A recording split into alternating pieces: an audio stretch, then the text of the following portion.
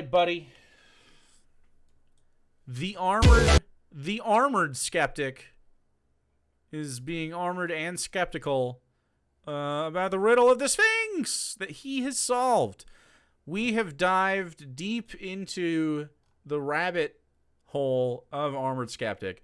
Now, this is still in the past, but you'll notice, what is this, episode 6 or so? Episode 1 was 3 years ago, and he did a couple, and then 2 years ago, and then fucking 1 year ago. Just blah, blah, blah, blah, blah. You can see the exponential fucking spike in this.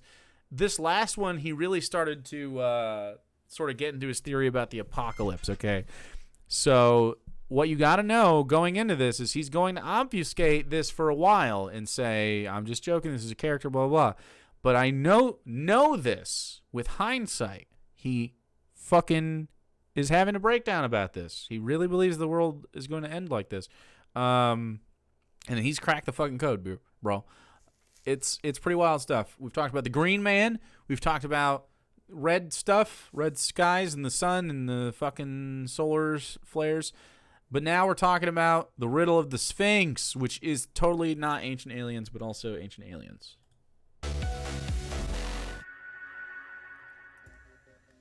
If you haven't seen the other videos of this, I don't really think you need to do them in any particular order, but you should go to my goddamn YouTube channel and you should look at the other ones because they're there and they're fucking good. This is a good video. This is a good video. Look at them. Look at them with talking about hero stories and fucking there's pee-pee statues. It's good stuff. You should check it out if you haven't. This is a good series so far. I'm having a lot of fun with his totally not serious, I'm just kidding around conspiracy theories. This hasn't ruined my life at all. Also, is this Anthony Fantano's exact shirt? Is this... I'm not friends with Fantano, but we're associates. We're peers. We follow each other. It's no big deal. We DM. We've done stuff together. No big deal. And I'm pretty sure this, if I smelled this, was to smell exactly like Fantano. Okay, we're not that close. I was just joking. Is a lie. This is a phrase that I keep trying to hammer into your heads, but it's important that you understand exactly what I mean. History's a lie. I think you all know somewhat that history's been covered up a little bit, but I fear that everyone fails to appreciate to what degree history has been manipulated. Even just simple tricks of language can completely alter your perception of a historical site or event. For example, have you ever taken the time to really... I know he's saying some wacky shit right now about how history's fake, but I'm just going to turn him down and speed him up for a second. He moves like those TikToks. Oops, wrong thing. Wrong thing. He moves like those TikToks, dude. Not like a lot, but like if he enunciated a little bit more. You know, the ones that are like, I'm doing a cosplay. Anyway. Oh, I gotta turn you up. My bad, event. For example, Skeptic have you ever Fantano. taken the time to really examine the old photos of Giza before it was excavated? History tells us that the winds filled this site in with desert sand over thousands of years. And though I won't deny that there's desert sand here, is that what really happened? Look closely. Hundreds of years, really, since... I mean, well, I guess at that... I mean, sort of... Like, the people lived there. It took some time, and they moved it around for a while, and then they became disused. Yeah. That sand? Is that sand? No. These are rocks! Giza wasn't just filled in with sand. It was buried under earth. Remember how Rome was also buried? Excavation of the site began in the late 1870s. Rome was buried simultaneously. Okay. What is soil made of, Greg? Like this stuff happens over time. Like, it also did flood if it was in a time of disrepair, and it would have been during the Bronze Age collapse. This happened to all sorts of fucking places. The same thing. But it's like not a fucking mud flood, my dude. I don't know. That was it's just different shit. simultaneously with Egypt, which happened with the collapse of the Roman Empire. This was the apocalyptic event that ushered in the Dark Ages. This is also what buried the ancient city. No. The Bronze Age collapse was a different thing. I mean, maybe he's talking about the later one, I guess. Under Paris. How else do you get? I thought he said last time the mud flood had happened earlier, but I guess not, because it would have to be like Victorian era, sort of. But that's not. Well, no, that'd be pre-Victorian, but also Victorian. Like he was. Wait, I don't think the timelines on the buildings match up with what he's saying here. Entire city under the earth and a new one built on top only a few hundred years later without anyone realizing. What exactly is the mud flood? The mud flood is the dumb theory that there's a big flood that no one talks about during the Dark Ages, and nobody ever mentioned it, and it covered stuff in mud. The only way that this makes any sense is if this burial happened rapidly. In the last episode, I proposed that apocalyptic events are a regular occurrence here on Earth. Make sure that you watch part 1 before you watch this, otherwise a lot of this video is not going to make sense to you. I believe that these apocalyptic events happen at key moments in our history, and they might even happen in regular, predictable intervals. I think that there are... We're Mass Effecting. We're in Mass Effect. Ah, fuck. I knew it, dude.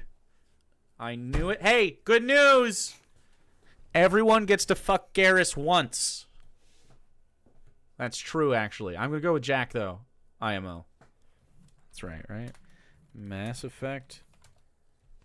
Oh, yeah. Yep, that's the one. It might not be the most obvious choice, but it is, though. It is, obviously. Not Mass Effect fucking 3 or whatever. Beautiful Jack. Fuck off with that. That's a terrible fucking name. What? Anyway. Jack is hot. What a psycho, dude. Yeah, I'm in. Signs that we can use to determine when the next one's going to happen, and even prophecies that point us in the right direction. I also described the Carrington event, when in 1857 our entire sky turned dark red from highly electromagnetically charged solar flares. But nobody described seeing the Great Phoenix in 1857. Sure, the Aurora Borealis was a giant green mess in the north, but no dragon was described. But solar flares are only one key to this mystery. There's a giant missing element to the Carrington event that makes it wildly different from a real apocalypse. I think the sun is the source of the plasma during the apocalypse, but there's a key difference as to how the sun's energy is focused onto the earth. So he has formed his, this is real, he has formed his theory on how the world is going to end based on some dick statues from 12,000 years ago,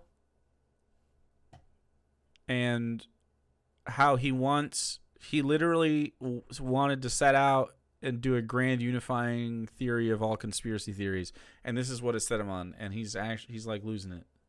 Something else is happening above our skies. In Oedipus Rex, we're presented with the riddle of the Sphinx. The Sphinx walks on 4 legs in the morning, upright on 2 legs in the afternoon, and hobbles on 3 legs in the evening. The protagonist discovers that this is a reference to the lifespan of a human being. Babies crawl, adults walk on 2 legs, and old people walk with a cane. But what is that? Every old person is issued a cane on their 40th birthday. On its own, it means nothing. What's the significance of the Sphinx experiencing all the ages of a human? That's not the answer to the riddle of the Sphinx. It only serves as a single key to the mystery. Now, I've already laid out most of the other keys, sprinkling them throughout the series. Sprinkled. He's sprinkled the keys. Ah, he's clever.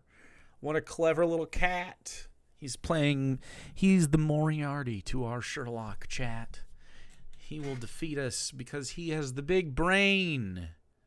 But I'm going to explain the final key tonight, finally revealing the meaning of the Sphinx after thousands of years of mystery and confusion. Are you saying that the Oedipus Rex wasn't actually the Sphinx riddle?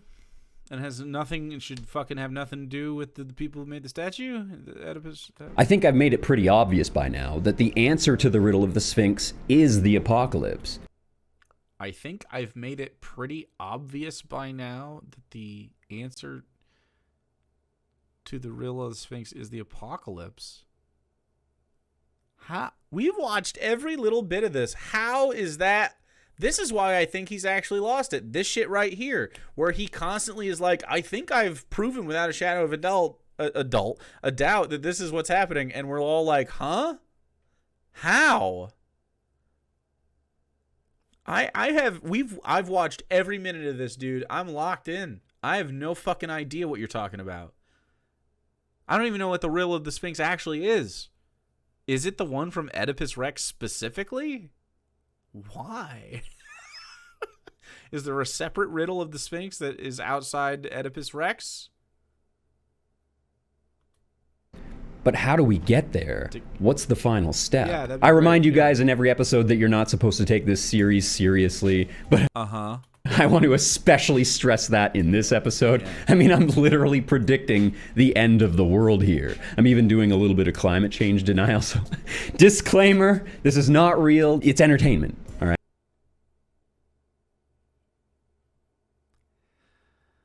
No, he is not doing a bit. I know he keeps saying this.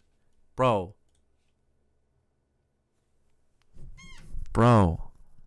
he got so mad at me. Yeah, this is the plausible deniability. This is to be like, wait, okay, yeah, it's fine. No, dude, he's off it. He's off it. Right? It's entertainment. I mean, if things just so happen to work out exactly like I've described in these videos, it's just a coincidence. I don't know anything. Everyone remembers the Mayan calendar. Hello, bro? Calendar counting down to the year 2012. Many assumed that that meant that the apocalypse was going to happen all at once right then in 2012. But knowledgeable native elders made it clear that it only marked the end of an age. And I have to agree, it absolutely did mark the end of an age. The age of Pisces. Some would say that it's now the beginning of the age of Aquarius. But I think that there's a secret step between these ages, a time of trial. Whatever it is, I'm starting to believe that there's something to this apocalypse thing. So allow me to guide you safely into the age of Aquarius. This is a really embarrassing story to tell, but the whole reason I got into this field of study in the first place is because when I was 5 years old, I had this really weird vision. A vision. I was staring at the northern sky in my backyard when all of a sudden it got dark and a red light appeared in the clouds up north and a rose appeared through the clouds. And it looked like there was an eye in the center of the rose and red lights descending down to the ground. It was a very brief vision, but it felt very vivid and I never forgot it. Greg, let me tell you a story. Let me tell you a story that I had, a vision I had when I was a kid. So, when I was a young boy, I would have dreams. And I had recurring dreams. I had a dream, I remember very vividly, I would wake up in the morning and I would smell coffee. And my mom and dad brewed coffee in the morning, like 6:30 in the morning or something like that. And I would always wake up when I was a little kid. I'm talking like 3-4 years old. I don't even have a little brother yet, or if I do, he's just so young he's not even in the room with me. I have a dream, and I remember that I had this dream dozens of times. I don't know how many. I had this dream. I would wake up in the morning, smell coffee, walk downstairs. My mom would be vacuuming. We had down the stairs was, stairs, and then right in front of you would be like a shoe closet, and then to the left was a kitchen, and to the right was like a carpeted living room. And separated by a wall. And she would be vacuuming on the right side, and then I would look at her, and I would go downstairs, and down, we had like upstairs, and then we had it curled around, and then we went downstairs. Sounds bougie.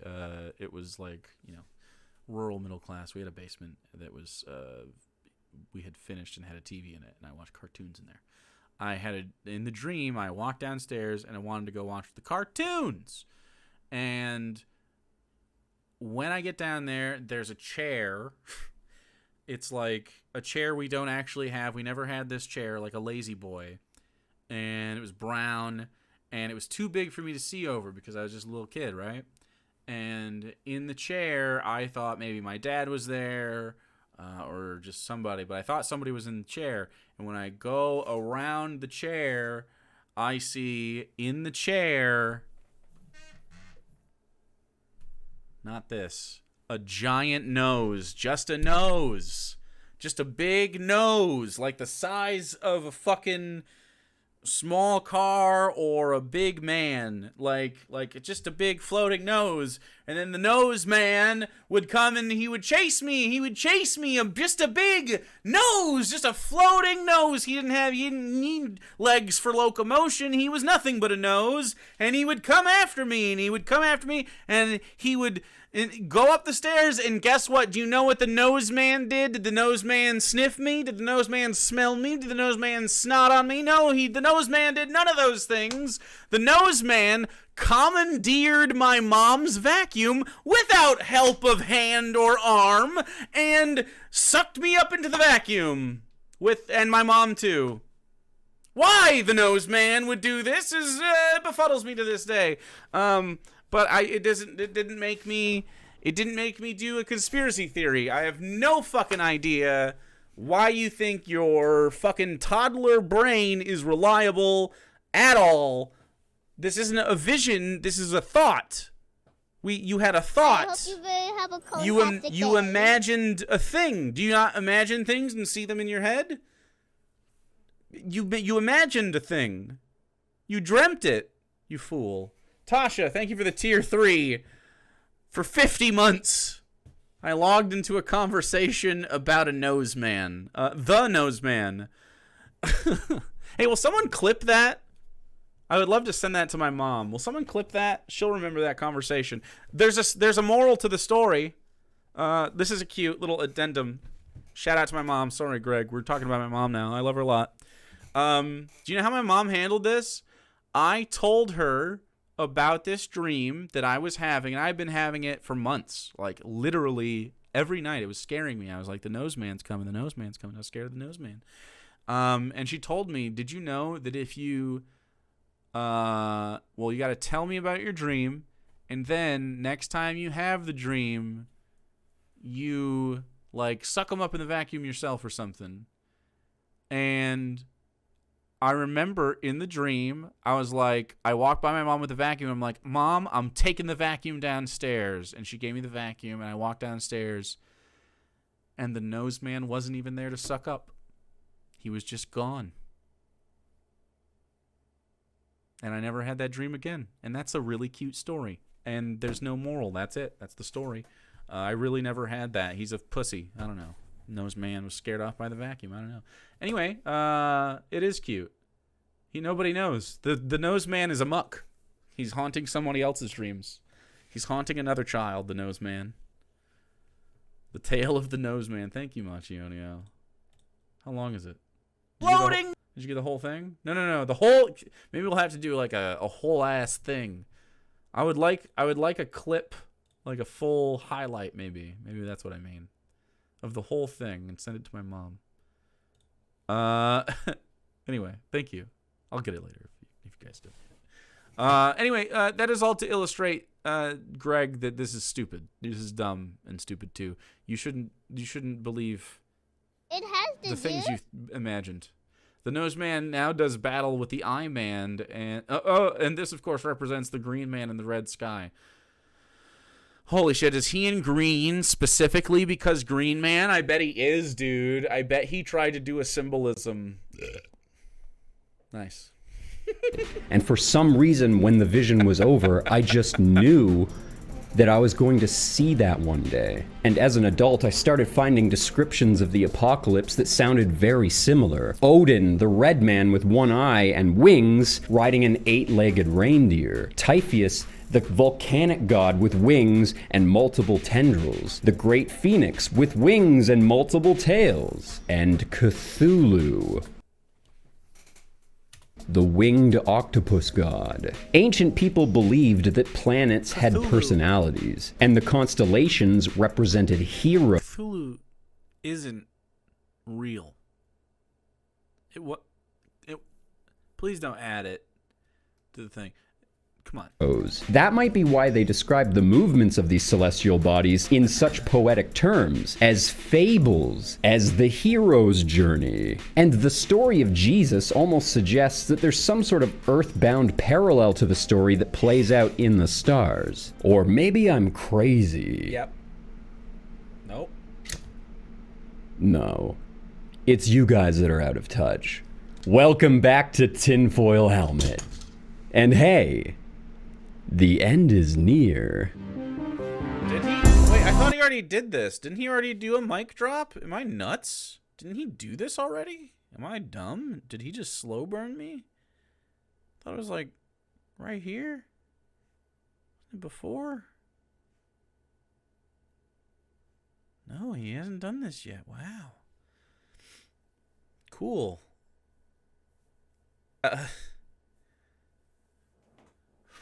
I don't even know what kind of personality this is giving. Besides nutty, like, man.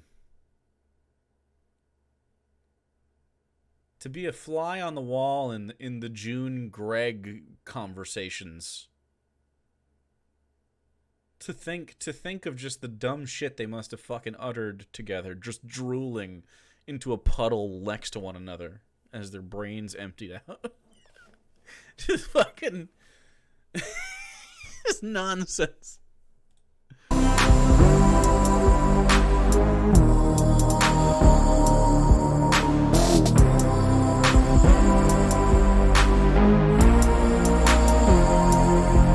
Resisting the urge to say his name fun. So this right here.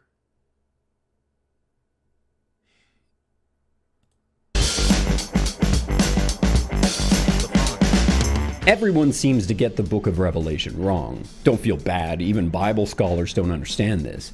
But most of the events that are described in Revelation already happened.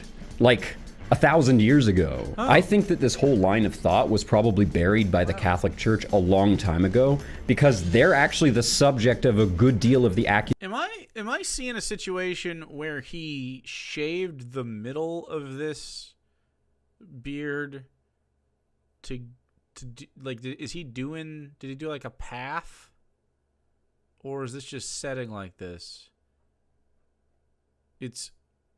I'm derailing it. Did he make this decision? Because I've been staring at it. I think I'm just high. But also, is that a choice? I mean, it looks fine. I'm just wondering. It looks like a camel toe. Hey, I mean, it's you can do whatever you want. It's fine. I'm not trying to shame him. I've been staring at it, and I meant to ask. Anyway.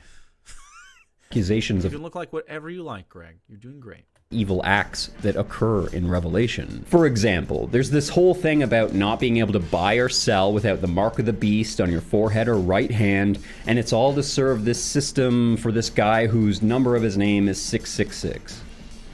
What the hell does that mean? The translators at the time didn't understand the naming convention that they were reading, so they wrote it as the number of his name is 666.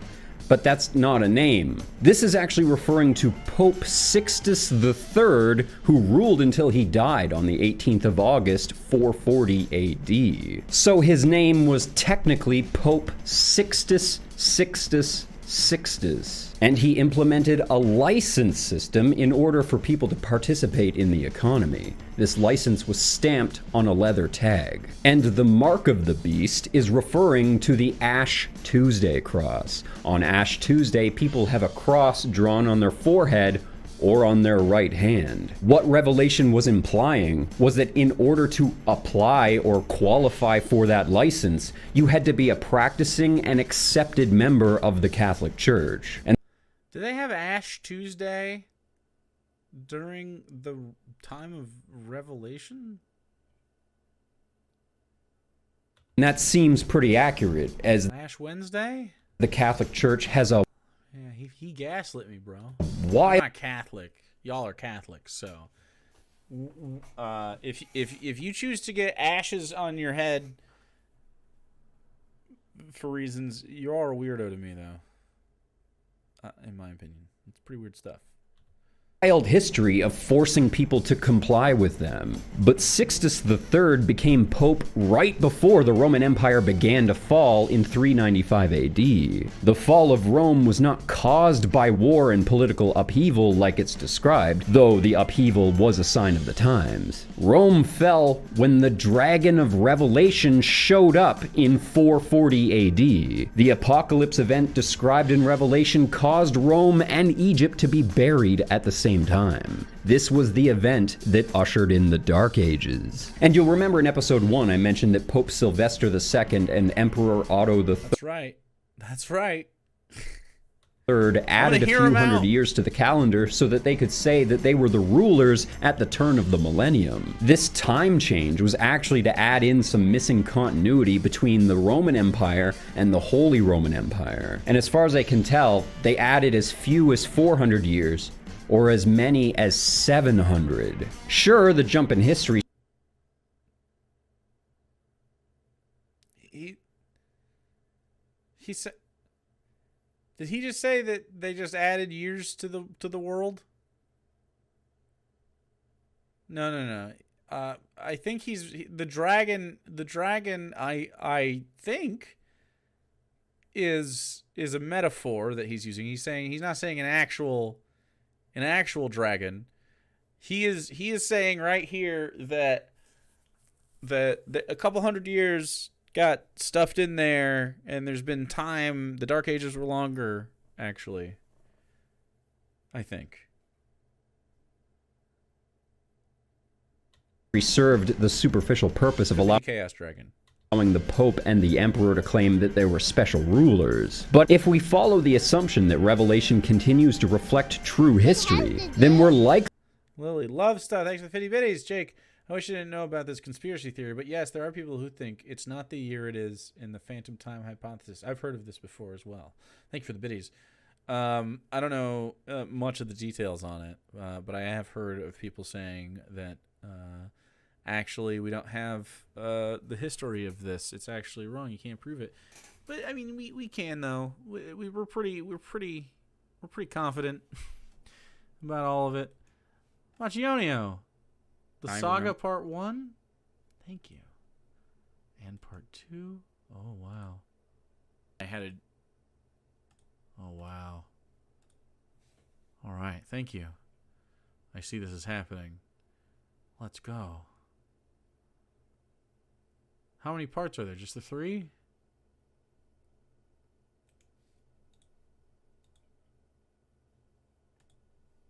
All right, dope. Thank you. The Chinese have very detailed historical... Well, this is what I mean. Like, we have other... Like, this is very Eurocentric. We have other corroborative... Like, we have gap fillers from other places.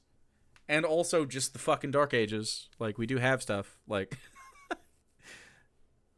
This is wild. Confused about where we are in the timeline today. After this, Revelation says that there'll be a 1,000-year reign of Christ, which happened already when the Holy Roman Empire spread his name across the world. It wasn't a literal Christ reign, but his name was dominant across the world because of the Catholic Church. After that, Revelation says Satan will be released for a time.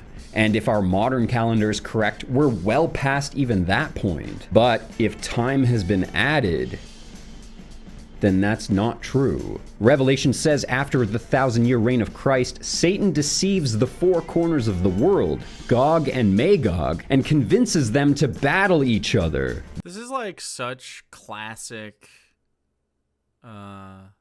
conspiracy theory territory that we're in right now, is the Gog Magog stuff. This is great. Excellent stuff, Gregory.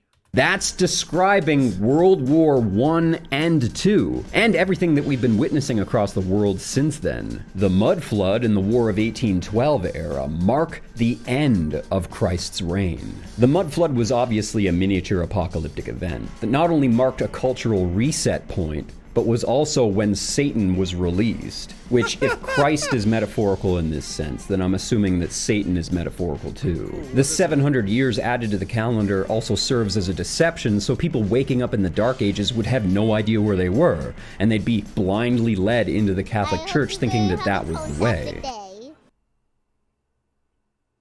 Branche, thanks for the 12 months. It's a year. Let's go. Is this dementia? This is pretty wild. Oh my God. It has to do. Crazy that Armored Skeptic led me to learn about you and Hannah. You guys definitely went two different directions. Thanks for the 100 biddies, Toxicana. Waking up in the Dark Ages. How does he think a Dark Ages person wakes up and goes, "Oi, I'm in the Dark Ages. Oi, well, just let me look at my Apple Watch. Oh, fuck, it's 2007. It's 2023. Seems so. I guess it's just what I'll believe now. Like, I don't get it. I don't understand, bro. And it also serves the purpose of confusing Well, the Australians were there during the Dark Ages. us so that we won't know where we are right now. They were around. Well into the reign of Satan, with how terrible the world I don't think they sounded like that. is right now. I can't say that that doesn't make sense. Guys, look at me. History is a lie. You have no idea where you are right now. Wow. History was an oral tradition for the vast majority of humanity. Characters like Plato would tell poetic tales depicting historical events in a semi-fictional way in order to teach lessons, like the Epic of Troy or the Fall of Atlantis. This is not the only way people shared information. This is one of the famous examples of them sharing information. They didn't only have, like, fucking street poets telling the histories to the children. Oh, yes, child. Oh, the history is the wars. That actually was it was a thing. But, like, that wasn't the only fucking way they got information. It's, like, such a weird way to depict, like, the life. Both true historical events that are wrapped in the veneer of the hero's journey. Like the Gospels, these are examples of real historical events that were transformed into legends, with heroes and champions, tragedy and loss, love and passion, and, of course, villains. But there are more than just a few of these heroes that are associated with electricity. Zeus and Thor are the perfect examples. The ancient people who ruled before us, the Homo Denisovin, understood the world, science, spirituality, completely differently than we do. Their minds worked completely differently. They couldn't have preserved their knowledge in textbooks because anytime the world had a dark age, that information would have been subject to destruction. And they couldn't be too complicated in how they described these things in stories because sapiens weren't really smart enough to understand the complexities of their sciences back then. And though we He's still on this. do seem to remember them, The Denisovans were big old boys. They were big old boys that he thinks make hybrid humans. They're like the Nephilim and stuff. He's very into this. He's very into the hybrid humans, okay? If you haven't seen this, you're not woke, okay, to it. You need to get in on this. He believes the hybrids. we completely lost the understanding of their meaning. These stories were specifically to compensate for our lack of understanding of the complexities of these concepts. Events like the Dark Ages couldn't affect these stories because these stories continued to live in the minds and hearts of everyone. Stories like the Four Gospels or the Egyptian Book of the Dead are actually companion pieces. A mystery teacher is supposed to teach you all of the complexities and the hidden lessons in these stories. But if you read these books on their own, they're only really skimming the surface of the meaning behind all of these ideas. These books were packed with riddles and symbolism that were supposed to invoke spiritual thinking, but also describe the movements of the stars. In the Gnostic days of Christianity, when Christianity was a spiritual rebellion against the Pharisees of Israel and the Romans, Cool. Jesus, or the man Jesus was based on, created a... Put that Paul Joseph Watson, we're the new punk, we're the counterculture up for the Christians. That's right, they're progressive. Set of new teachings that were clearly based on Taoist, Hindu, or even Buddhist traditions. Jesus was a Buddhist conspiracy theory. This is a good one too. Which, if you remember from last time, On his travels is when he was back to the original religion practiced in Egypt. But what's more is the concept of a triple god is pervasive in most cultures. Almost every religion alludes to this idea. On the surface, they're just not the Forgotten Realms. How many gods in the Forgotten Realms? How many gods in the Forgotten Realms? 30 deities. Take that. Fucking Ed Greenwood's got you beat, dude. just the 3 stars of Orion's belt. But what do they represent? The Trinity was the ancient people's metaphor. What do the stars represent? The fucking understanding of the electromagnetic spectrum. Electricity, light, and magnetism. that was the ancient.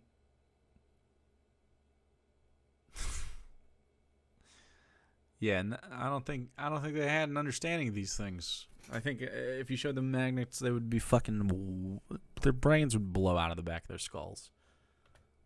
And when you think about it, everything in the universe breaks down to those 3 things. Every particle that makes up our reality is just light energy vibrating at different rates and frequencies. Light energy? I mean, not really. What? Light energy? You're not high enough, my friend. Many people have come to call this the holographic universe. So in Abrahamic terms, the Father is electricity, lightning, plasma.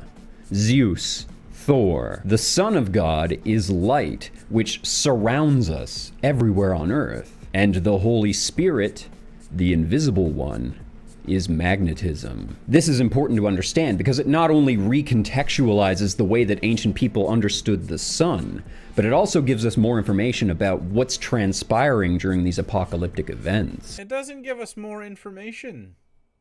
No. These are assumptions. These aren't informations. There's not an information to be had. How can I toxicate? To call the ancient people sun worshippers is extremely reductive. Sure, the sun's movements were an important part of their culture, marking the equinoxes and the solstices, but the sun was not their god. The sun just represented the Trinity, a giant ball of electrical plasma throwing off light that's surrounding us everywhere here on Earth, as well as a powerful electromagnetic field. To the Hebrews, the Ark of the Covenant was God's throne here on Earth. The idea being it was meant to be kept in the Holy of Holies, a room within a room that was perfectly dark. And when the garden machine was running, burning the daily sacrifices in front of the temple, a faint glow of plasma was visible between the wings of the angels. Wow. Where did the Ark of the Covenant come from? To the ancient people, that plasma was... Did it come from the hybrids? Or I mean, the cone heads? Where did they get that? They just made it? as God. That was the function of their entire religion, simply to keep that faint arc of plasma lit in the Holy of Holies so as to maintain their connection to the Father. I just heard the floppiest ears in all the land. Hey, come here. No? You want to leave? Okay, well. I heard you guys hear those floppy ears too? I sure did.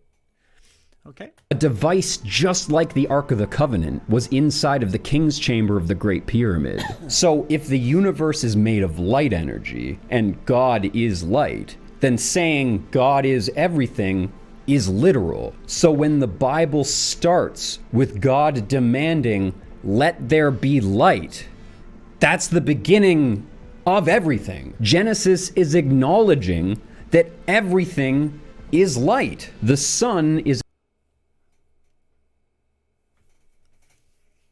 Photons are different things, man. They're different things. Light is a different thing than other stuff. You could argue that we're all... You could do the Carl Sagan we're all star stuff, but like... I guess I don't understand why... Well, I don't understand a lot, but I don't understand why you're fixated on the idea that... And conspiracy people that believe in this stuff in general are fixated on the idea specifically of ancient people having knowledge of stuff, sort of. Like, the sun is electromagnetic, which would be a very sophisticated thought for somebody to have without any, fucking knowledge of science. But, like, to acknowledge that and to, like, put it in symbolism, instead of, like, the Occam's razor of fucking when the sun's up, it's bright, and it seems to do stuff, and I like it, and I don't like it sometimes, and... Stuff seems to respond to the light, like it's seasonal. Observations about the world. Daytime is safe. They would associate it with good stuff. A good, strong daytime. It was nice and warm. Of course, they associate these things positively. Like, the sun doesn't usually overtly hurt you. It might just be a little too hot. You know what I mean? But usually it's like you want it back. If you're really being affected by light, it's probably because there's not enough of it. Not usually too much from the sun. Usually. Is a creative entity. The energy it throws off powers the earth and all of its plants and animals. But there's one more thing that the sun does to us that the ancient peoples seemed all too familiar with, and it has to do with the third member of the Trinity. The Holy Spirit is a retconned member of the Trinity. Originally, the ancient Hebrews believed God had a wife, and they worshipped her as Asheroth, until one day they were all ordered to destroy her pillars and her figures. Some survived. Modern Christianity has vilified this figure, but the Bible acknowledges her as wisdom and describes that she sits next to the Father on the throne. The Mother, also known as the Queen of Heaven. Why do we...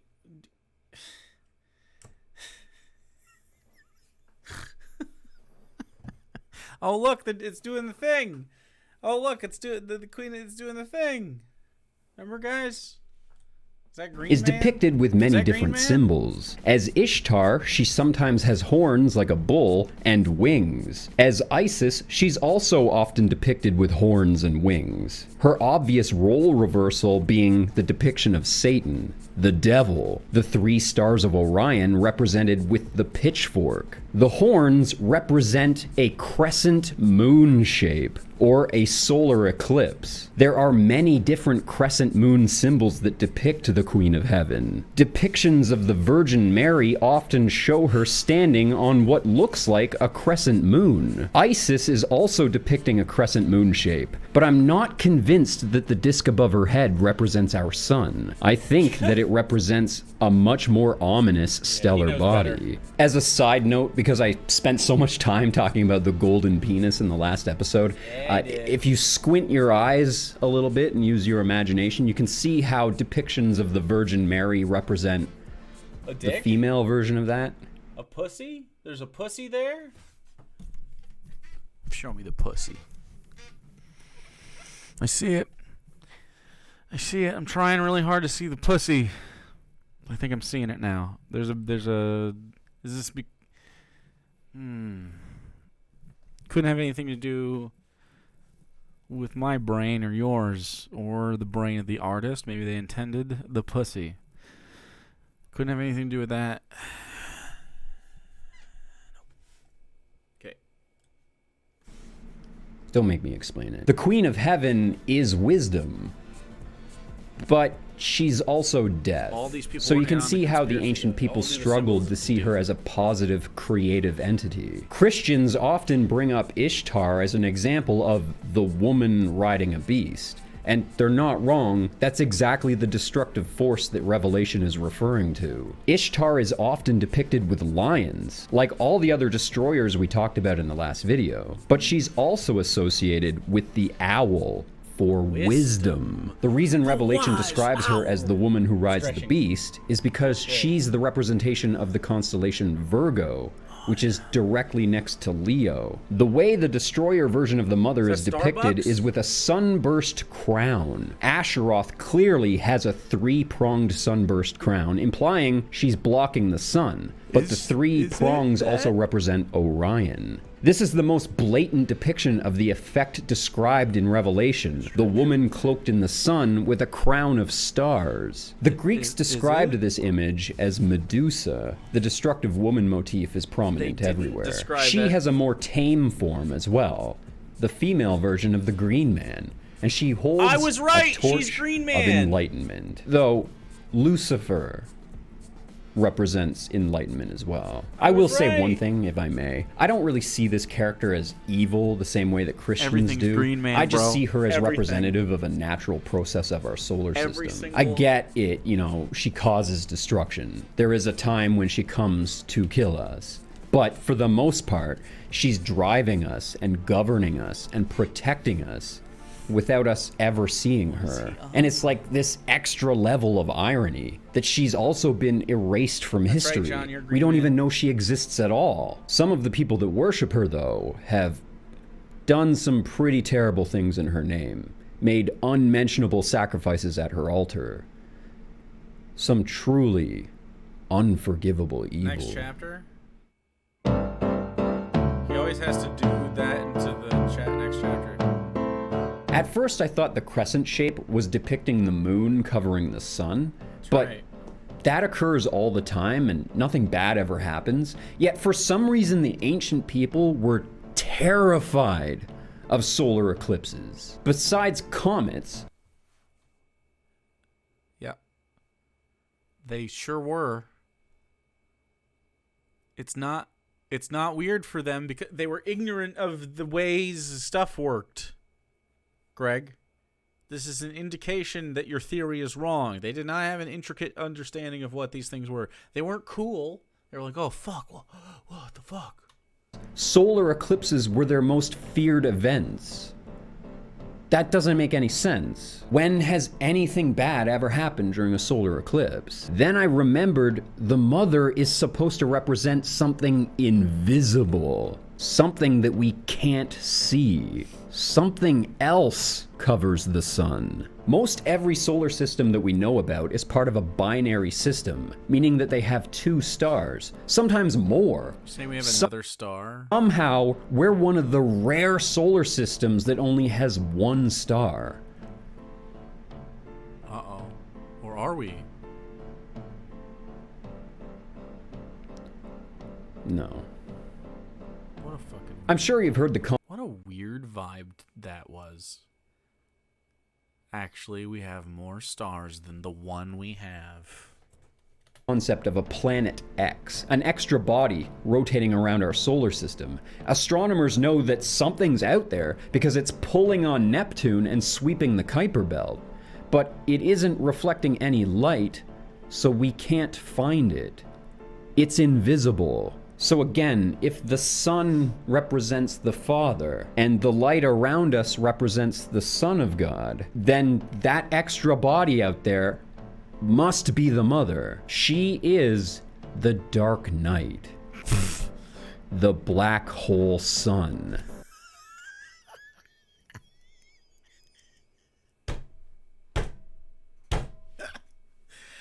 Black hole sun.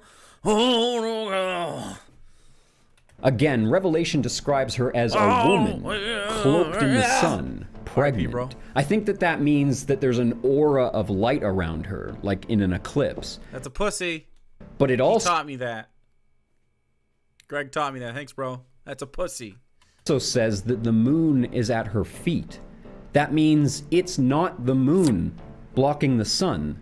The moon is separate from that. So not only do we get the aura of a solar eclipse, but we also get a crescent moon at the same time. And Revelation says that she faces the dragon, which is a multi-headed, multi-tendrilled, winged monster. plasma? The Greeks referred to this as Medusa. The Hindu called it Kali, but the book of Revelation says that this is the character that the Greeks and Romans call Apollo or Apollyon. Cool. And not one of them could say, like, yeah, it's the sun. All of them were like, ooh, let's be cryptic. We're not going to actually tell anybody. Not one person was like, yeah, the sun. It's a problem. Sometimes the sun, it fucking, and shit goes bad. We just be careful. Careful of the sun. We do warn you about, like, fucking snakes, though, just by name. Not the sun problems. Those... very secret in layers. You have to be very, very acutely aware. Snakes, though, will water, fucking storms, tigers, lions, bears, sickness, fucking disease, cancer. We'll tell you all about all that shit. I hope you have a fantastic day. I mean, the sun problems, keep those on the DL, bro. Dr. Gamble, thanks for the 50 biddies. If we have a black hole in our system, then we have bigger problems than whatever you think history is great. Yeah, I think he would say that, yeah, it's part of it, but it's not, though. The sun is actually going to kill us. Rublon, thanks for going to Isaias. Was the Greek sun, Helios was the Greek sun god, Apollo's Roman? Yeah. Often depicted with a sunburst crown, just like Asheroth. This is also the Greco-Roman sun god, the one defiled by the Greeks before the Battle of Troy. Other symbols like Io, Ao, Io all represent Apollyon, the Alpha and the Omega. But the WoW symbol has evolved over the years into a few different letters, including the symbol for Phi, which is the golden ratio. Sort of looks like an evil eye. Those are all shorthand terms and symbols depicting the destructor god. Again, all of them. All of those. There's a recognition that all of these entities are intertwined. They're related. They're different personifications of the same thing. It took me a little time to figure this part out, but luckily for us, the people of Göbekli Tepe managed to preserve one tiny clue that we can... There is fucking just no chance, none whatsoever, that you could do this twice without ever interacting with each other.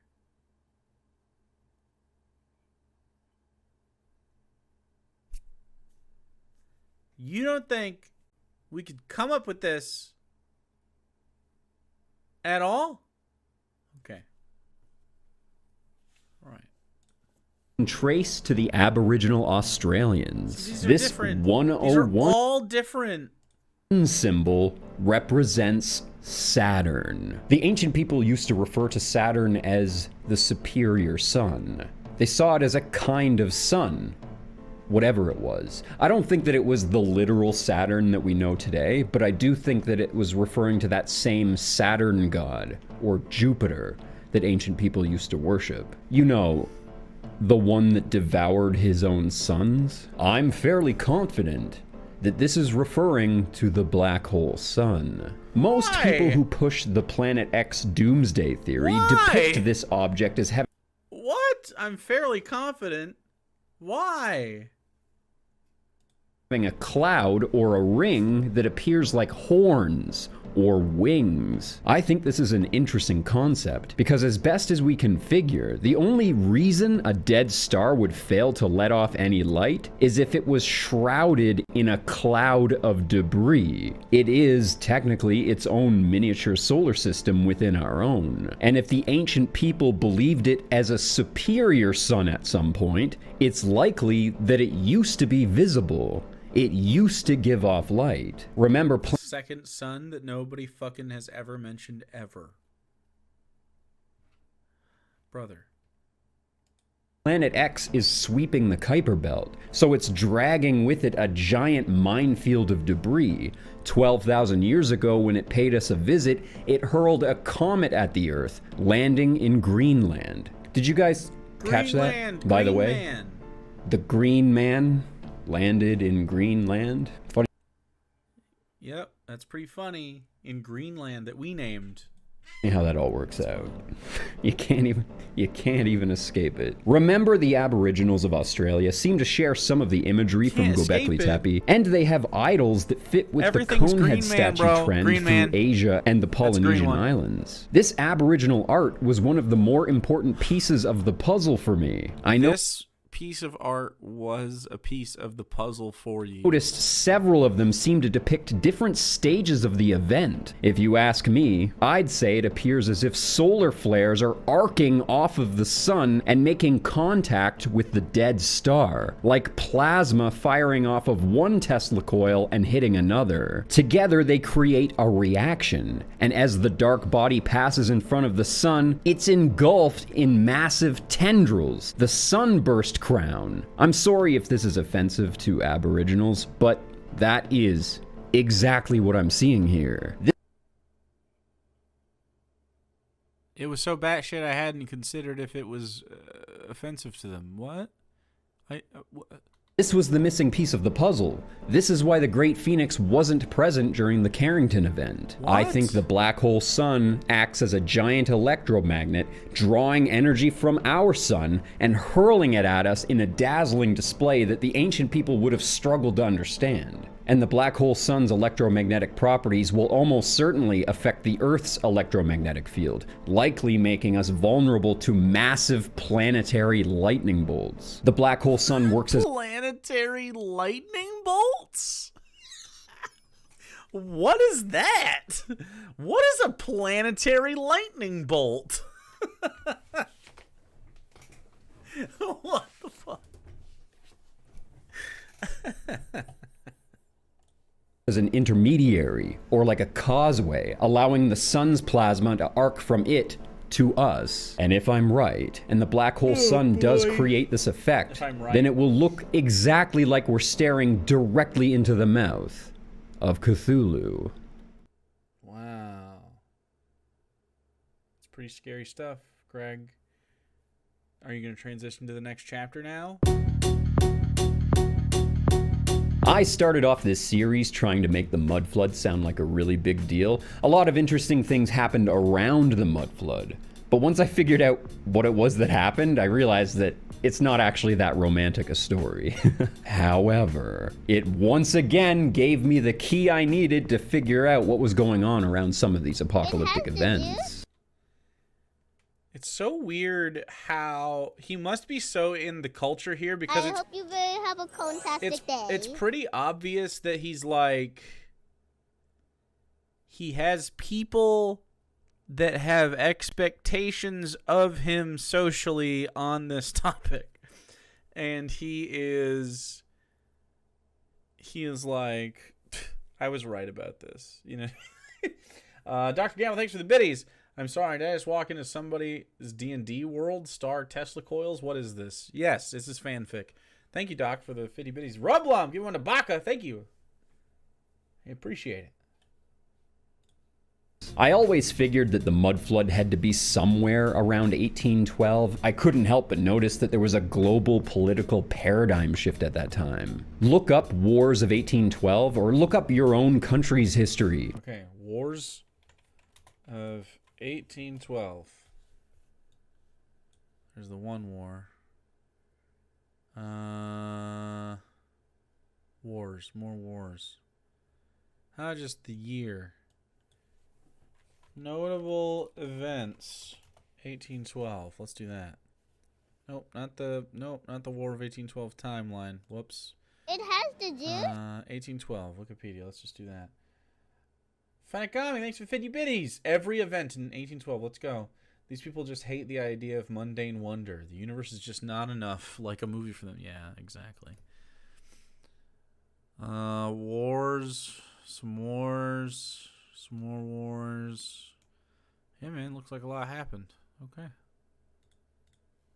In 1812, and chances are you were in some sort of bizarre conflict or war. Canada and the United States were literally at war with each other in 1812. I feel like nobody really takes that seriously. I also wondered if those wars weren't cleaning up something that was left over from the old paradigm, or a cover-up for some kind of natural destruction. A cover-up?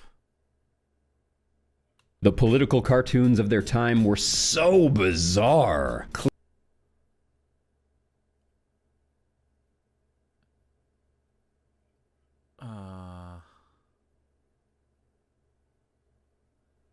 Clearly depicting some kind of narrative being shoved down people's throats. When I finally realized how the mud flood happened, I felt like such an idiot for not figuring it out earlier. Because there was a bunch of people saying, it's not actually 1812. Why are you trying to give me this malarkey?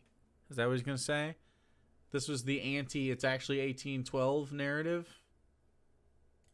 In 1816, Mount Temora erupted, raining ash down on the Earth for months, causing massive cooling in the northern hemisphere. The areas most affected by this supposed mud flood. This ash connected with water particles in the cold air and snowed down on the Earth, forming as wet soil for nearly 2 years. Ash is mostly silt. This silt formed as a uniform layer of muddy earth as the snow eventually thawed. Now remember, everything is covered in snow. People aren't paying attention to where the soil level is. This is before snow plows and proper snow removal. People would just dig away as much snow as they needed to get into their buildings. That was the entirety of their thought process. And they got so used to the snow level being high.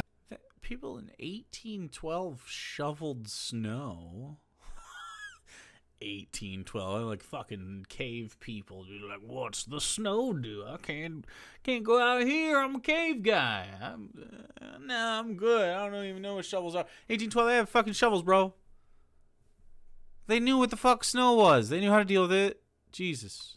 That when it finally thawed out and became that muddy layer, they didn't notice that the ground level had risen.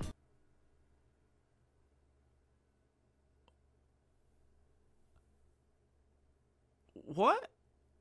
Like I said, it's really easy to manipulate our perception of these buried sites. And if you really wanted me to make you nervous, I could show you how some of the ancient world was preserved during the global flood. The myth about Medusa turning things to stone is true. But earthquakes and volcanic activity are present in each of these apocalyptic events. Obviously, when the mother comes into our neighborhood, she begins pulling and tearing at the Earth's mantle, dislodging the crust, releasing the volcanoes. It's blatantly obvious with examples like Minoa, the Bronze Age releasing the culture that was right next to an erupting volcano, which covered Minoa and its surrounding islands with extremely deep layers of pumice, sulfur, stone, and earth. And we all know what happened to Pompeii. Both of these eruptions None of those were rained slowly over the course of months.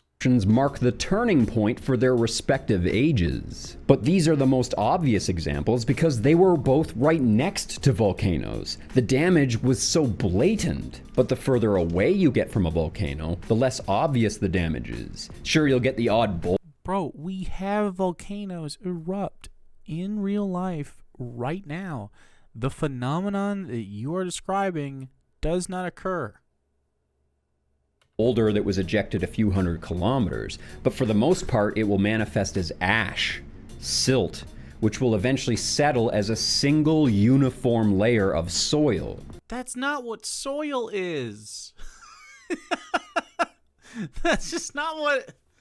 you have to have like organic matter for soil to be things, you know? You feel me? That's water and like... Fuck it, it's ash. It's carbon. Or Earth. Now with this logic, think back to some of the other ancient sites that I've mentioned in this series, like Göbekli Tepe. We're told that this was intentionally buried by people, and they believe this because the fill layer is uniform. But I propose that this is a collapsed structure that was covered with earth the exact same way as Rome and Egypt. The fill layer is uniform because it all happened at once. Then there's the earth mounds in North America that predate all of the known native history. The exact same story here. They excuse these as ceremonial structures, but I propose that these too are collapsed structures buried by volcanic earth. This is what happened to Rome, causing its collapse, ushering in the Dark Ages. This is how you get an entire city buried under Paris without anyone realizing. And this seems to happen every 400 years or so. There's a pattern. And I think that I found a correlation. Have a fantastic day. He's figured it out. Rublum! Thank you so much for giving to Fairy Queen Kiri. So, the sun has a heartbeat. As we observe its activity, we can watch sunspots appear and disappear, dancing across the surface, collapsing and causing solar flares. Then, it's offset with these brief periods where there's little to no sunspot activity, and the sun appears inert. We just got out of a period like that last year. If you look at longer trends, you can see where there's about a 400-year period between totally dead spots, where the sun just stops. Remember, it was about 440 years after Jesus died that Pope Sixtus III ruled at the end of the Roman Empire. The last solar event culminated in 1666, ending in the late 1700s. Doesn't that fuck up your timeline from earlier? Tumultuous period for sure. The Americas were being taken over by France and Spain, and Europe was being absolutely wrecked with natural disasters and plagues. For example, the London Rublum says, fellow whales, ball with me if you can. You trying to start a thing? fires that destroyed a giant chunk of the city, as well as the London Plague, both started around 1666. Now, remember the political upheaval and the mud flood happened around 1812 and 1816? Well, if you look, there was this random bizarre dip in solar flare activity during that time, which was quite out of season. Then it's followed have a fantastic day. Rublum, you went to Clover in time, thank you. Followed up by the Carrington event a couple decades later, where there's an overabundance of solar flare activity, a miniature version of apocalypse imagery. Isn't that cool? Don't you just love this shit? As I pointed out in the last video, the Giza Is it cool? Huh? What? I feel like I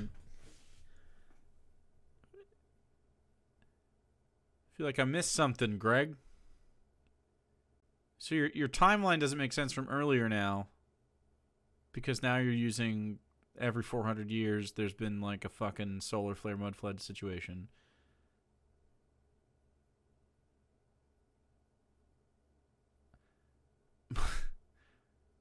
But that would mean that like in 2000 we had a fucking mud flood? Or we're due. We're due for one any day now is what you're saying. Ooh, that's what it was. That's what it is. Plateau serves as a time capsule to 12,000 years ago. Phosophyllite is going to happen soon his whole life, I bet. Phosophyllite, thanks for 138 bits. Any lurkers want to speak up for a sub? Ooh. It depicts the Green Man and implies the death and rebirth of the entire planet. But it also serves as a reminder that all of that could happen again. And in order to find out when, we have to learn the pattern 69 biddies twice. That's and why. solve the riddle of the Sphinx. The riddle of the Sphinx. The end is near. I hope you will have a Pickles. fantastic day. Let's go into Bovine. It's working. Chat, I can't imagine you don't have momentum for some reason. You have momentum, I believe. Temporal Wizard has ads. In all reality, things are not really going that well for the living organisms here on Earth. The climate is changing more rapidly each year. I hope you No have a pickles! fantastic day. You want a temporal wizard? Thank you. With storms, rising sea levels, and destructive tides, rising temperatures and carbon levels resulting in Is that Breaking Bad? mass deaths and extinctions of countless animals, and the acidification of the oceans causing coral reefs to decalcify. And that's not to mention more pressing issues like food. With increasing droughts and growing deserts, food production is becoming strained. You're going to start seeing the price of meat and produce rise drastically, if you haven't already. I know it has in some regions. Then there are the earthquakes. Predicting that in the middle of the pandemic was brave. Sure, the number of significant It's also going to come down again, too. Raven Wings is cobless. damaging Neon Death quakes is seems to be cobless. going down each year, Crewberry's but the goblins. number I of hope you earthquakes have a per fantastic Works. day. Raven Wings getting one from Phosphophylite. Thank you so much. year has been steadily increasing. I hope For you example, have a fantastic day. Rublum, give one to Greg Has No Shoe Game. Chat, I think we need like another different person to join in, but you have tremendous momentum right now. there were 8 major earthquakes in the United States in 1902, and in 2010, there were 28. This same increase is seen everywhere across the globe, sun- especially the sun did around it. the Ring of Fire. This upward has trend to Cupcake Chaos, thanks for 100 biddies. Phosphophylite, give one to Crewberry. Chat, you are I hope teasing. you have a fantastic day. You're teasing it. It could happen at any moment. It could pop at any I hope moment. you All right, Greg, I'm a corn now. Ignore it. is real. Don't let them tell you that it isn't real. The data doesn't lie. In 1908, 78,000 people died of earthquake. And in 2010, it was 390,000. Yeah, wasn't there a big tsunami thing that happened in 2010? Wasn't that what happened? Green Man drank... Ooh, I want a milkshake, dude. Wow, that sounds good. That sounds delicious. The Earth is unsettled. Something is pulling on the crust. The ride's getting a little bit rough down here. And there's a new problem that only developed a few months ago. Chili earthquake? The moon has developed a wobble. Somehow, some way, the moon began to jiggle. They're saying Moon's that this is jiggling. going to have untold damaging effects on coastal cities and cause massive tidal movements that are going to destroy all of the coastlines. Is the moon wobbling? Moon wobble. I should ask my friend. The moon will intersects with Earth's orbit at the 2 nodes. It wobbles. No, this happens. This happens?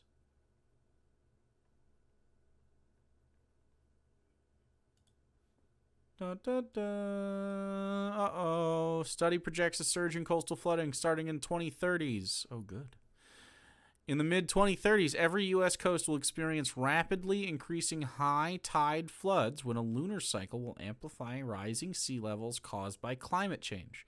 High tide floods, also called nuisance floods or sunny day floods, are already a familiar problem in many cities on the U.S. Atlantic and Gulf coasts. This is from NASA, by the way, which I'm sure he would just dismiss as the problem. The alignment of the rising sea levels with lunar cycle will also cause coastal cities all around the U.S. to begin a decade of dramatic increases in flood numbers, according to the first study that takes into account all known oceanic and astronomical causes for floods.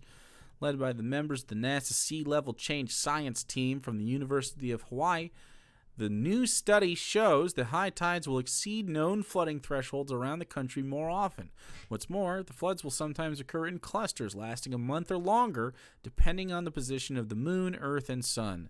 When the moon and earth line up in specific ways with each other and the sun, the resulting gravitational pull and the ocean's corresponding response may leave city dwellers coping with floods every day or two. Oof. Low-lying areas near sea level are increasingly risky. Anyway, so there was something about the the wobble. I think it's here. Why will cities on such widely separated coastlines begin to experience these higher rates of flooding at almost the same time? The main reason is a regular wobble in the moon's orbit that takes 18.6 years to complete. There's nothing new or dangerous about the wobble. It was first reported in 1728. What's new is how one of the wobble's effects on the moon's gravitational pull, the main cause of Earth's tides, will combine with rising sea levels resulting from the planet's warming. In half of the moon's 18.6-year cycle, Earth's regular daily tides are suppressed.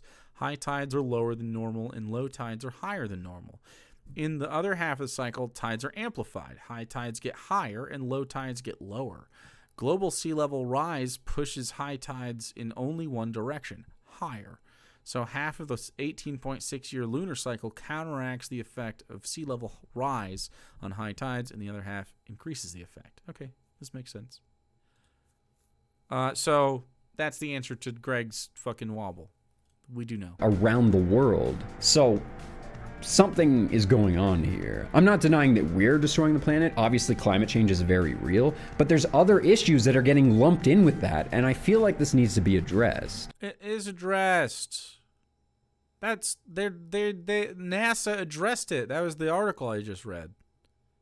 For years now, astronomical news outlets have been reporting the slow and steady weakening of the Earth's electromagnetic field. Obviously, the normal, expected operation of our magnetic field should be smooth, uninterrupted lines in a spider shape, with currents as straight as an arrow. However, the field has been seen doing this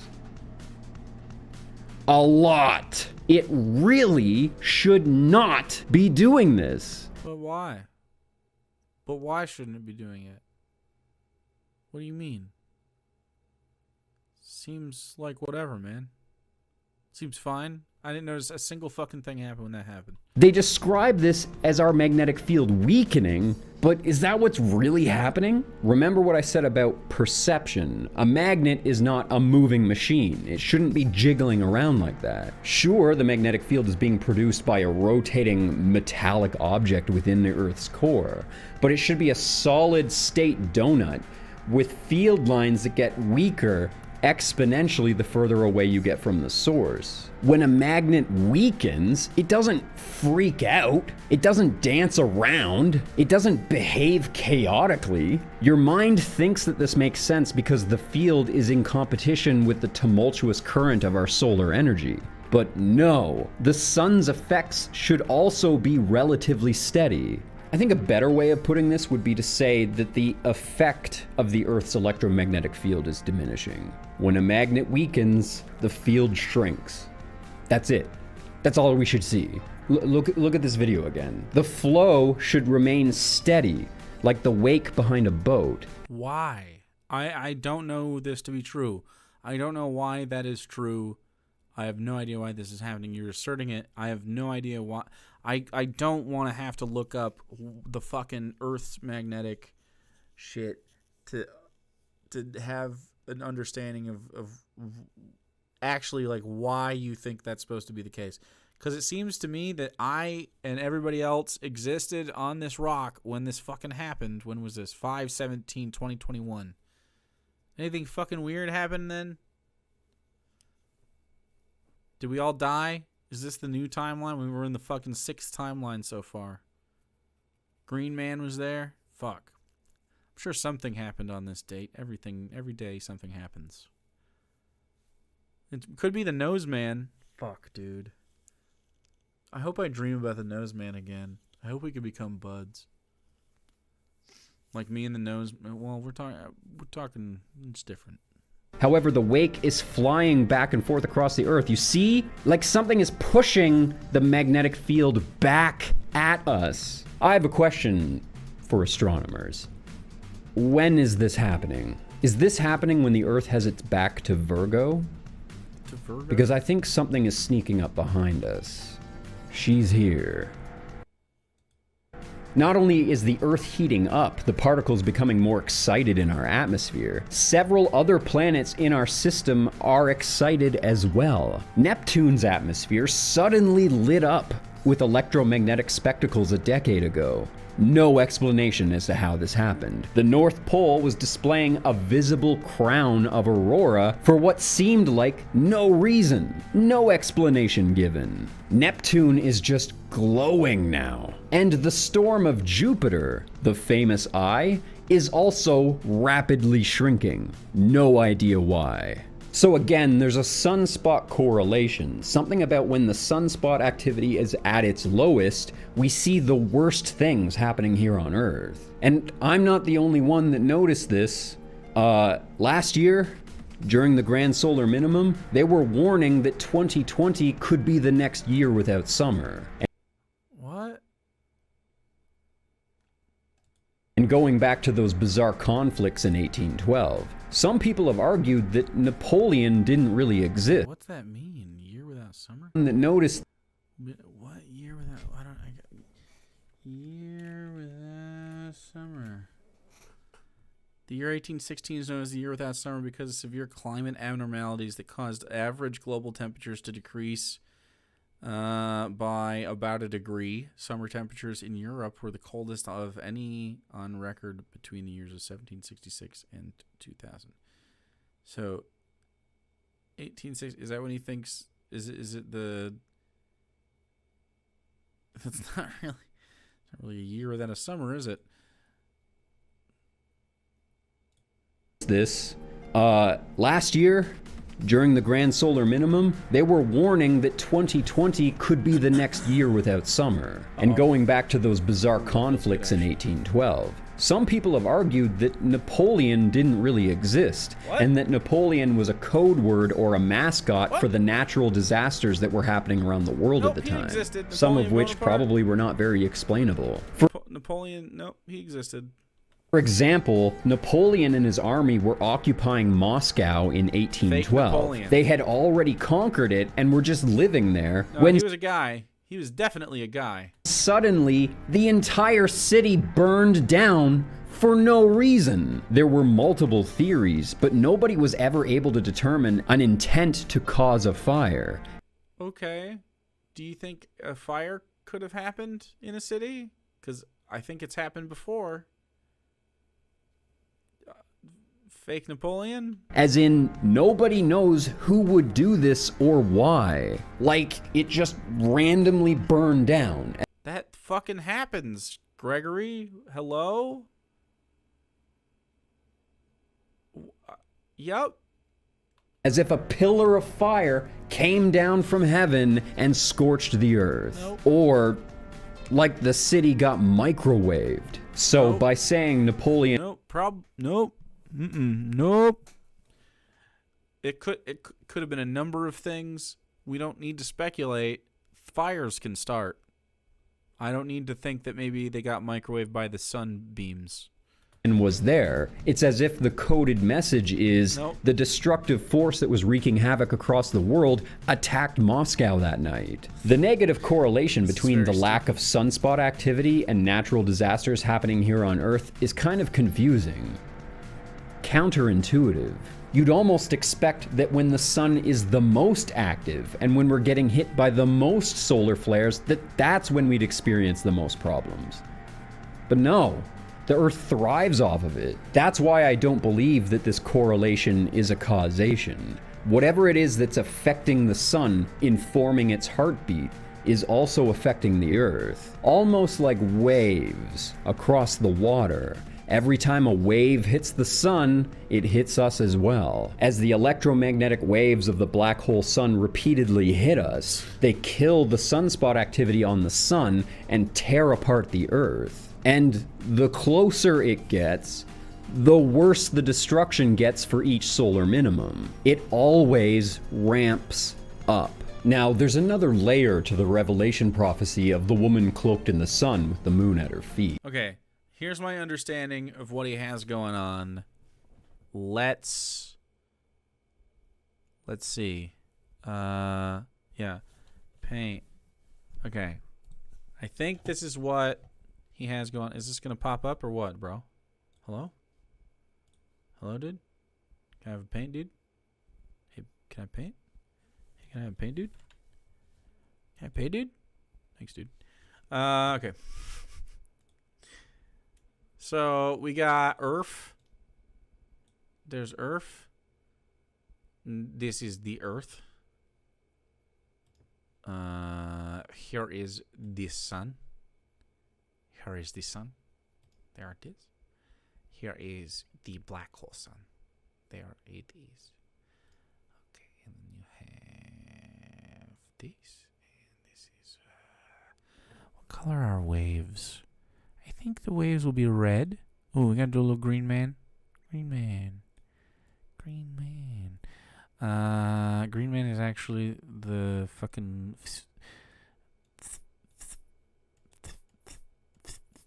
That's Green Man. And then this is a red. Yeah, this is red. And then I guess these are orange. This is light. Okay. So he thinks that the black hole sun shoots the red fucking stuff. Pulses into the back of the back of, I guess, the electromagnetic field of the Earth, and it also does the rays. They attack the sun, and so it has fewer spots in it. The spots die, and then they see here they are. Yeah, the rays got him. I think that's what he's thinking is happening. It has to do. So why are they only using symbolism? Why wouldn't they just be like, bro, there's a celestial event and it fucks everything up for a minute? All right. That's what he's got going on. I thought the Green Man was the meteor crashing into Greenland or the cone-head hero that grips his penis. No, the Green Man is ultimately the electromagnetic field in the Aurora Borealis. I want to say, as someone who looked away for a while, looking up to see that we've entered an MS Paint explanation threw me off. No, this is we've gotten to the point where we have to understand the cosmology a little bit better, you know?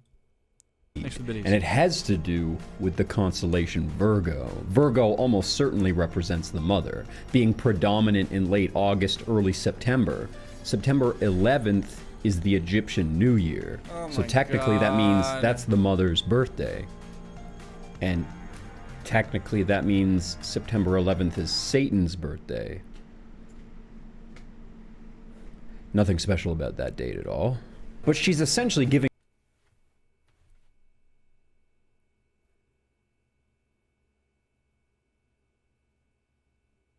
There's only 365 of them.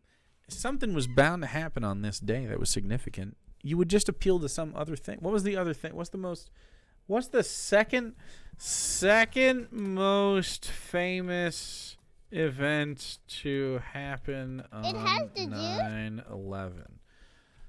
America's named the 10 most 2 decade. No.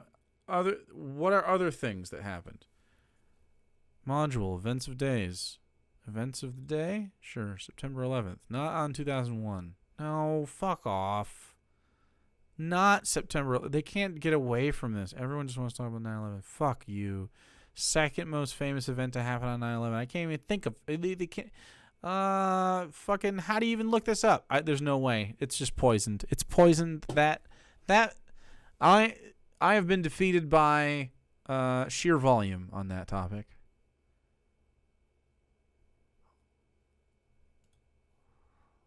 All right, here we go. The Battle of Teutoburg. Yeah, but what's the most famous? I don't want to parse this. Oh my god, dude. I mean, obviously stuff happened, but like, what's the most famous thing? Holidays and observances, maybe? Top?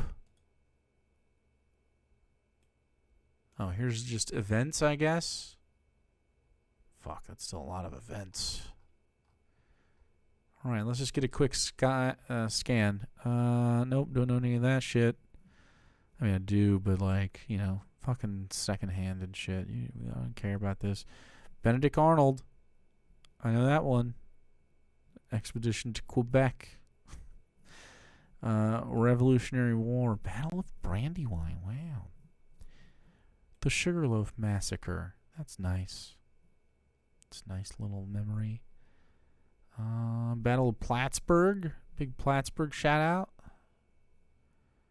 Revolution of September 11th in the state of Buenos Aires. Big day. Nothing about that. It has the juice. Australia invades German New Guinea? Oh, fuck. Australia, relax. Mr. Whiskers, thanks for the 420 bit. I'm bound by law. I'm bound by law.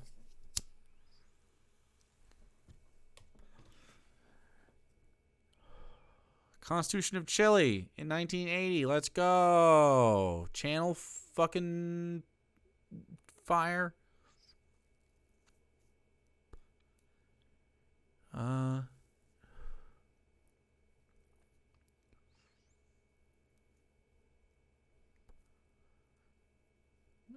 Could be Benghazi. Construction of the Pentagon begins. Oh, fuck. Construction begins on the Pentagon. Oh, that was what it was. Anyway, I'm done with this. Giving birth in the prophecy, which makes me think that this is probably the inception point for when Planet X begins to enter the solar system. Right, Planet X. Through Virgo. Well, this alignment already happened on September 23rd, 2017. On that date, the sun was crowning Virgo's head, like the crown in the Revelation prophecy, and the crescent moon was at her feet. Is that not terrifying? These Nope. It's not terrifying at all. What? prophecies are predictable if you understand what they mean. I could see how somebody would worry if I told them that I believe in prophecy, but I don't mean that I believe in some magic man. They're literally marking the movements of the stars and the planets in the sky to clock repeating events. It's simple deduction, not a prophet that was given some message from God. It's just math. For the final key to the riddle of the Sphinx, we have to look at what the Sphinx is pointing at on the summer solstice. The sun. I suggested in the last video that the Giza Plateau is not only a time capsule to the apocalyptic event that happened 12,000 years ago, but it also serves as a warning for upcoming events. To be more specific, the Giza Plateau... Someone trying to convince you of astrology in dude bro language. It's helping. It's working, right?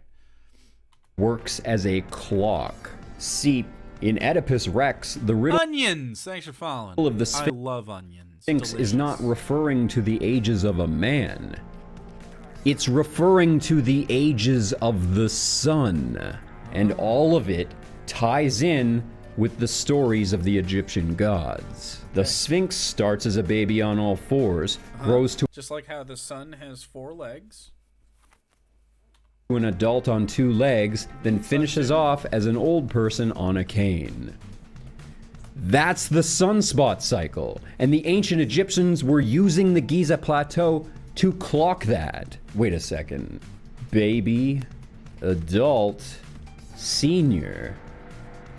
There's something missing from that cycle. Death. Last time I He's such a fucking dork. Every single time. Every single time. Death. told you about Osiris and Horus, but there were details about that Can you... Death. that I left out. First of all, there are different versions of Ra. Amun-Ra is only one, and each Ra represents a different strength or intensity of the sun. But what's more is when the sun god Ra Little guy. Okay, I'm not seeing... Okay. Instead of seeing a dude with a little head... Look at it. It looks like a little guy that's got floppy little arms and he's just sort of like riding. He's sort of like riding on his pal that doesn't have like a head like us. And then he just flopped. And then on top of that is a snake and he's got a ball. They're pals. There's 3 pals going about their day. That's fun, man. That's a D&D team right there. They're on a quest to find this guy's skull.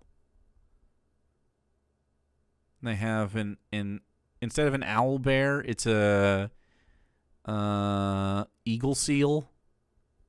and a ball snake. A ball cobra. Dies, he becomes Osiris in the afterlife. Sorry, and then I derailed your Osiris shit. is reborn All right, I'm back in. as Horus. And then Horus grows up to become Ra.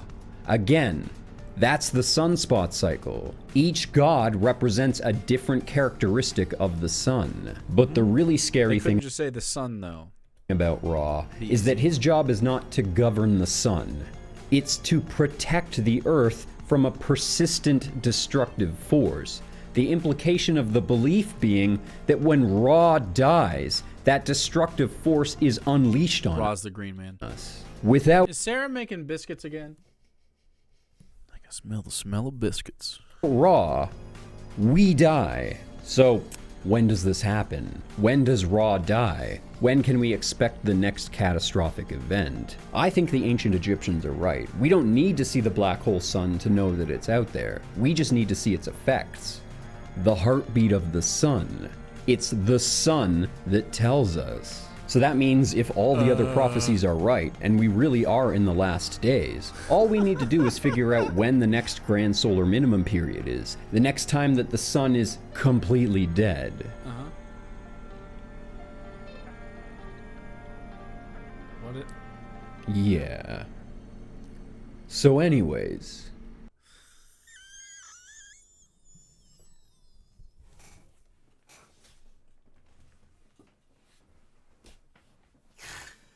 Oh, fucking... Come on, man.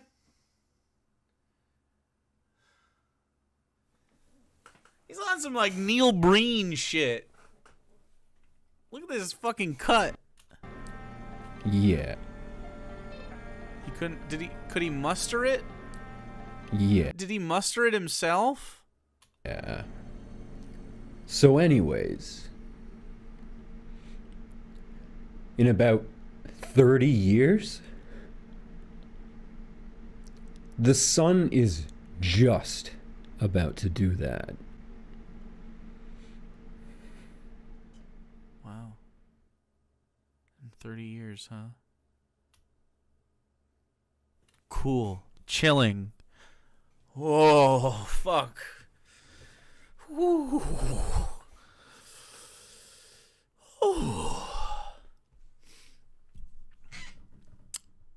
Oh. It has the juice. Oh, fuck. I don't care. Thanks, Dr. Gamble, for the biddy.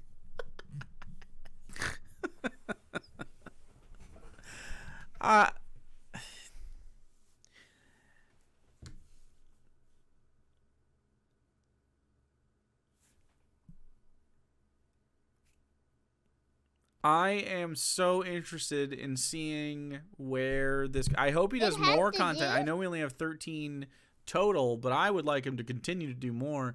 Greg needs a hug, a joint, maybe a 48-hour cycle. Oh, no. Weeping for the death of all humanity or something. It has the juice. Yeah.